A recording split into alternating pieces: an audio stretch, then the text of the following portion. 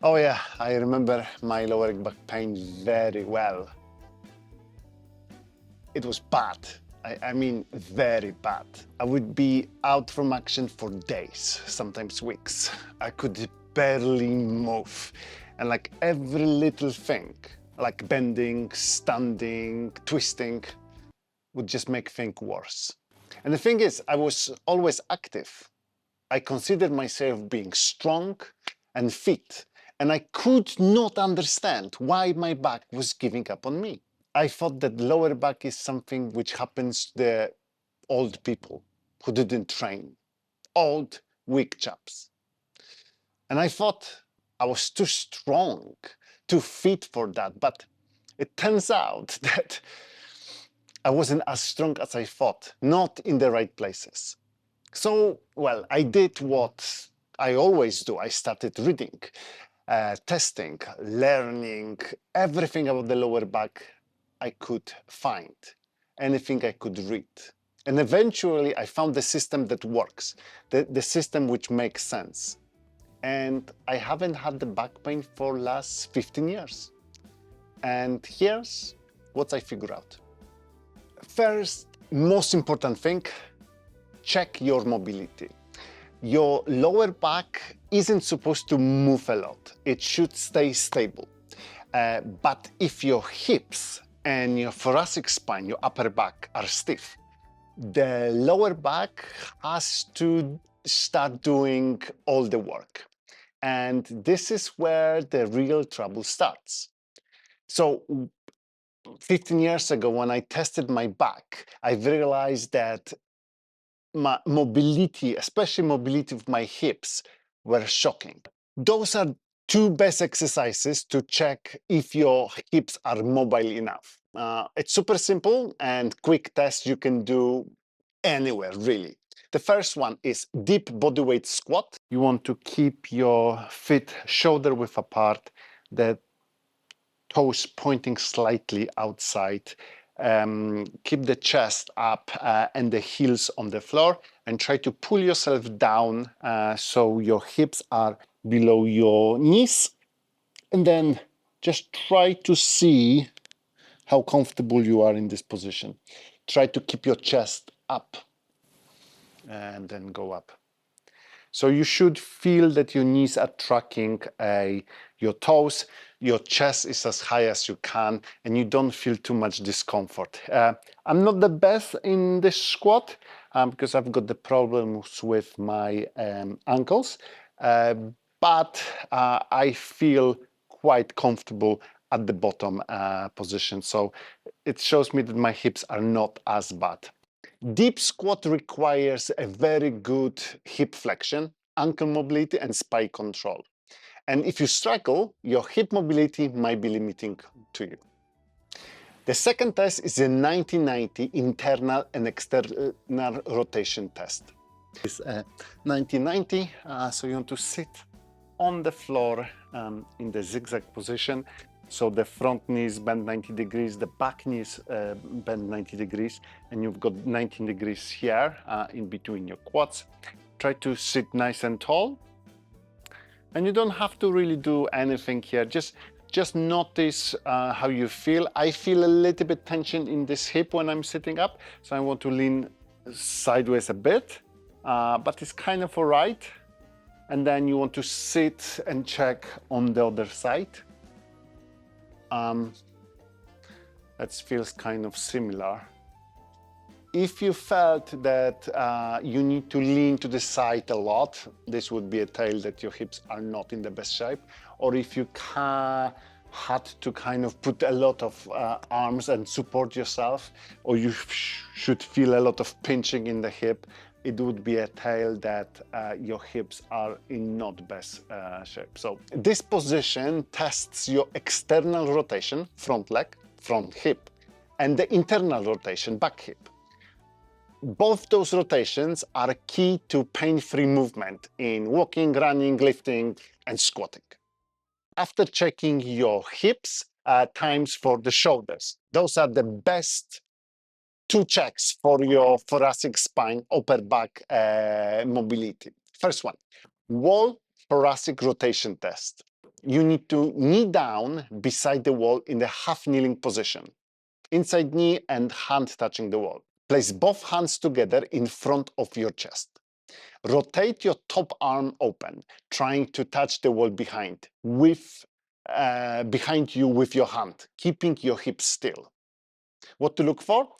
So you can rotate at least 45 to 60 degrees without your hips moving.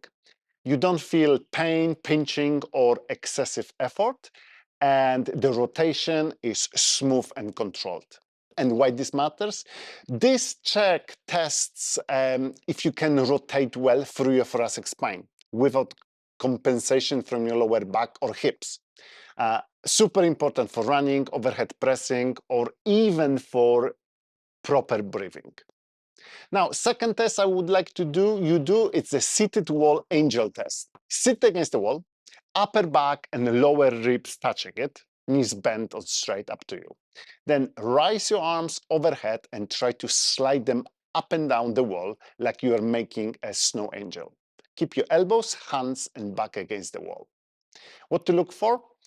Your arms move smoothly up and down.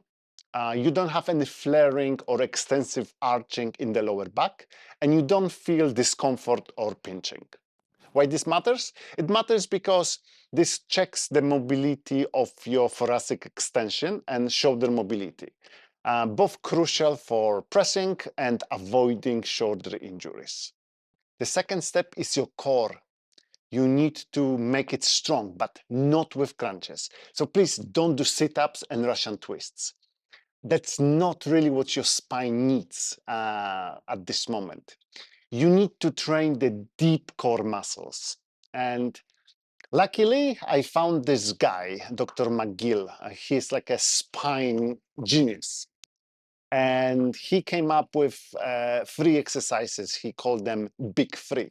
Those are like 3 basic, simple exercises that protect your back and they build real strength. Okay? And those are a big 3. But we're starting this with the 4th one. It's called the Cat-Camel. So start on your 4s and just go all the way up here. So round to back. And then start from the lower back and gradually just drop slowly vertebra, vertebra, all the way up and then reverse from the top. From the bottom. You're always starting from the lower, from your bum. Send the wave through the spine. One way, and then send the wave through your spine, other way. That's a great way to warm up your spine. The second one is curl up on your back, arms under your lower back. One leg can be bent, and then all you do is just lift your head off the floor. I lifted my head and my shoulders, and I'm holding there for 10 seconds. Can feel my core working here. And what's the good about this thing is that I'm not changing the position on my spine. It's just working the core muscles. And relax and repeat. The second exercise is a side plank. So go on your side. You can start with the knees on the floor. Just lift the hips off the floor. Make sure that you're working here hard, so you're not sinking down, just pressing up. If you feel comfortable with this, you can extend the legs and just hold. Try to imagine that you are nice and tall. You should feel your core working here quite well. Repeat on both sides. And then lastly, you've got the bird dog. Start on your 4s. And you extend opposite arm and leg. Hold it, bring it back, go to the other side. Make sure your spine doesn't move and you stay balanced and not wobbly. Try to kind of find the line from your index finger to the big toe across your body, and repeat. The last third step, you need to wake up your lazy glutes. because most people with lower back pain, they have lazy glutes. I did too. And they don't fire when they should. And if your glutes don't work, your lower back has to pick up the slack, and boom. Okay, for the glutes, we're gonna do the bridge, the glute bridge. So bring your heels close to your bum and lift your hips up. Now in this position, you really want to squeeze your glutes hard. You should feel them engaging. Keep it up there. And then you can do this for reps. Drive up, but make sure you stay up for some time, okay? So this is the first one. And the second one is deep squat holds. For this one, I found that 5 kilos, 5 kilo weights, it's kind of enough, especially to start with. You want to get to the bottom of your squat, then come up an inch or two and stay in this position for as long as you can. So I'm going down to squat and I'll lift and then I just stay. Try to engage and squeeze your glutes as hard as you possibly can. And very soon, I've noticed this now, I start feeling my glutes. Oh boy, yes. And then you can repeat this many, many times. Okay, and then lastly, for your glutes, I found that kettlebell swings work really well, but you need to make sure that your hinge is there, that you're not using your lower back to swing. So it's a very good way to really work on your glutes and focus more on the hard side kettlebell swing than the soft spot side. So looks like this.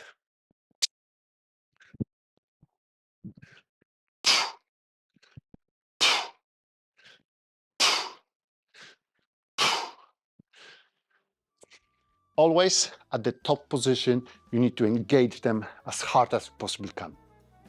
That's basically it for the lower back pain. So just make sure that you don't ever train through the pain. You can feel discomfort, it's fine, but not pain. Start as soon as I can.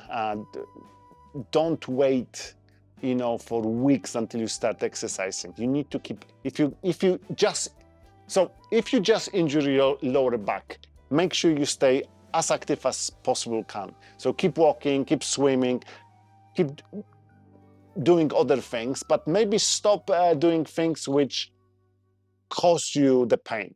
And then gradually, slowly, but gradually start implementing those exercises. So look at the mobility, do some strengthening, and work on your glutes. And those three will help you with lower back pain, and then it will make sure that your lower back pain never comes back.